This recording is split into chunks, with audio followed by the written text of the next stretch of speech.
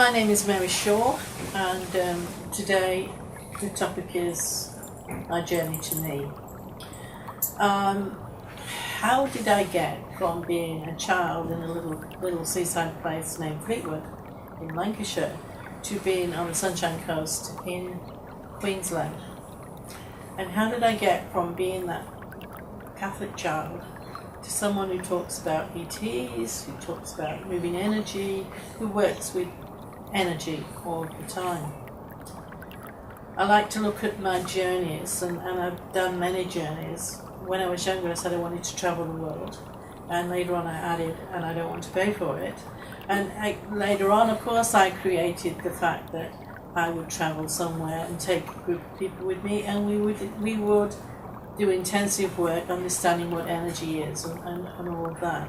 So I've been down the Amazon, and yes, I saw ETs down the Amazon, and I understood what being a conscious being was down there, because we made an appointment with a shaman. And so there we were, we'd been out during the day watching the pink dolphins in the Amazon, and going back to the camp, we were waiting for the shaman. And it was very late, and we were tired. And most of the group were saying, "Oh, let's not bother." And then along came this very small gentleman, who we knew during the day was the garbage collector, and he was the shaman. And he had such humility. So we walked through the jungle in the rain, and my mind is saying, "What on earth am I doing here?" You know. And we went on to a tiny, tiny boat. We went out onto the Amazon at midnight with this shaman and two of his helpers and an interpreter. We sat there, and he started to click his teeth. And as he clicked his teeth, these pink dolphins appeared and started to swim around the boat. And they were coming closer and closer. And as we looked up in the sky, we actually saw UFOs, for want of a better word. So it's like this magical film we were in, with the pink dolphins swimming around us and UFOs in the sky. And then through the interpreter, the shaman asked my permission to do a ritual with us, which I said yes. Now, to understand the next thing is that at that point I was a Reiki master, and the people that were with me were Reiki masters that I've trained. And this shaman in the middle of the Amazon did a ritual on us, and that ritual was exactly, without a doubt, it was exactly the same as a Reiki attunement in every movement of the arms. Except for one point where with the women he would pull out their blouse and blow down it, but I think he'd added that, and so we gave him permission to do that. So later on, it was like there's nothing new in the world, because this shaman certainly had not been trained as a Reiki master. He just knew that energy, and he was working with that energy. Also noticed that the people on the boat, the helpers, the natives, were terrified when pink dolphins appeared. So I asked why, and the shaman, and these were the words he said through the interpreter, that they believe that the dolphins take humanoids under the water and transmute them. And those were the words. And it reminded me of a past life I'd been shown, where I was actually underneath the Amazon as a half space being, half mermaid. And I would take humanoids, and those were the words, under the water and transmute their energies. So that whole journey through the Amazon was about humility and understanding what we call past lives and energy. Because that person, that shaman, was so humble. And we, at one point, thought, "Oh, we can't be bothered." Yet we bothered. And when we went with him, we had the most wonderful experience and understanding of what true humility and energy can bring you. Another one of my journeys along the way to here were my many journeys to Egypt. One of the first journeys to Egypt, everybody was into, this was in the 1980s, and everybody was into, early 90s, everybody was into the Ascension then, the old Ascension, not the new Ascension. And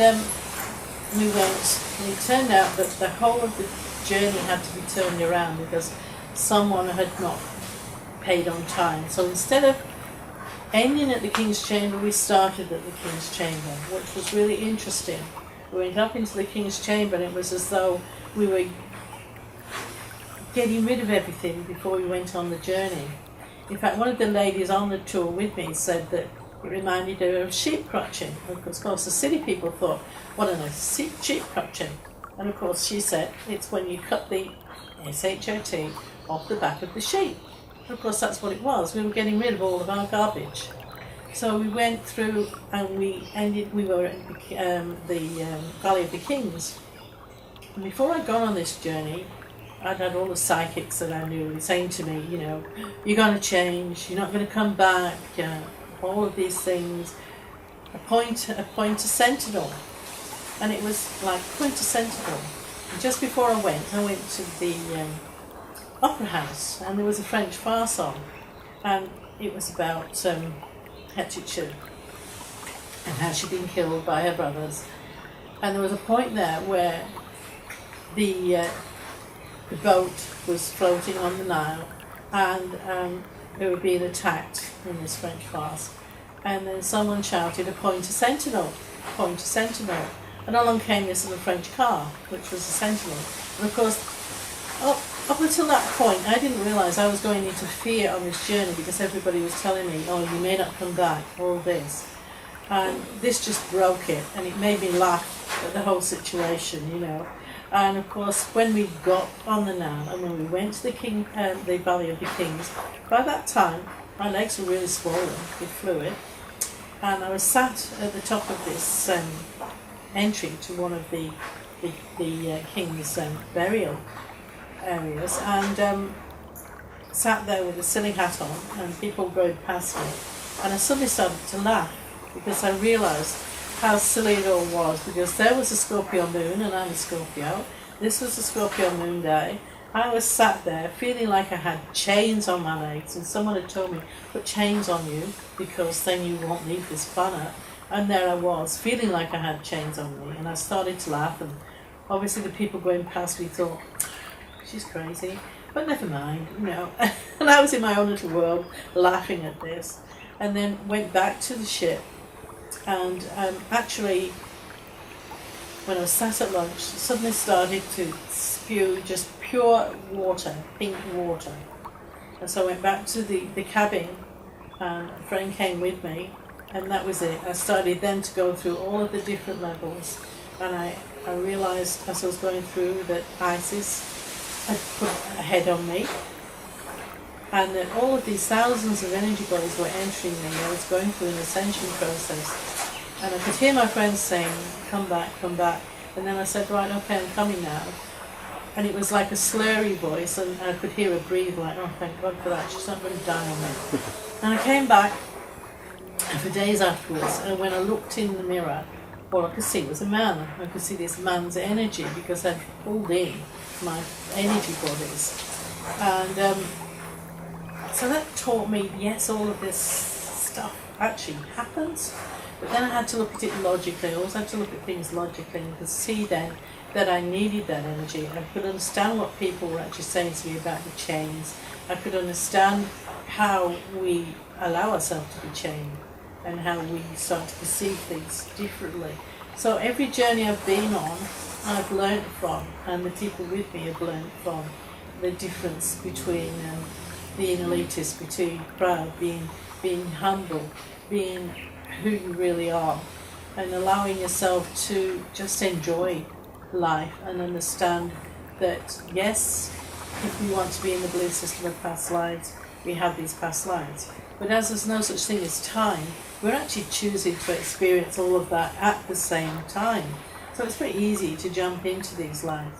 And the easiest place of all is Egypt, because you walk into different areas of Egypt and you're walking into different time energy zones. And so I've been back to Egypt 15, 16 times. And every time you think, oh, I'm not going to go again. There's nothing else now, but there is. There's more things to learn in Egypt. And because there are so many different, for want of a better word, levels of society over there, it makes you understand. It's like a little capsule of the world, and watching how people treat other people. So yes, been to Egypt, been to Sedona, but everywhere I've been, there's been this link with ETs, even though I didn't ask for it. Taking pictures of the pyramids. Ah, the ship appears. Oh, what's that? It's a ship. Okay. And pointing out to people there are ships there, and then being able to see it, even though they're not into that sort of stuff, they could actually see these things. So one of my favourite temples is Edfu, because the first time I went to Edfu, it's the place where they used aromatherapy. I put my arm into one of the little uncos, and it completely disappeared because the energy is so strong. So I spent quite a few moments just putting our arms in and lifting them out and seeing them disappear. And then there was a thing at the end of the pathway in Edfu, it was like, I just went, oh my God, it's a time machine. It's actually a tabernacle, and we ran forward and put our heads down on it, and we were just propelled out. So there's so much magic in the world, and by taking these journeys, and by taking the journeys of everyday life, we understand and we're able to, want to say, be a better person, but we become an understanding, conscious being.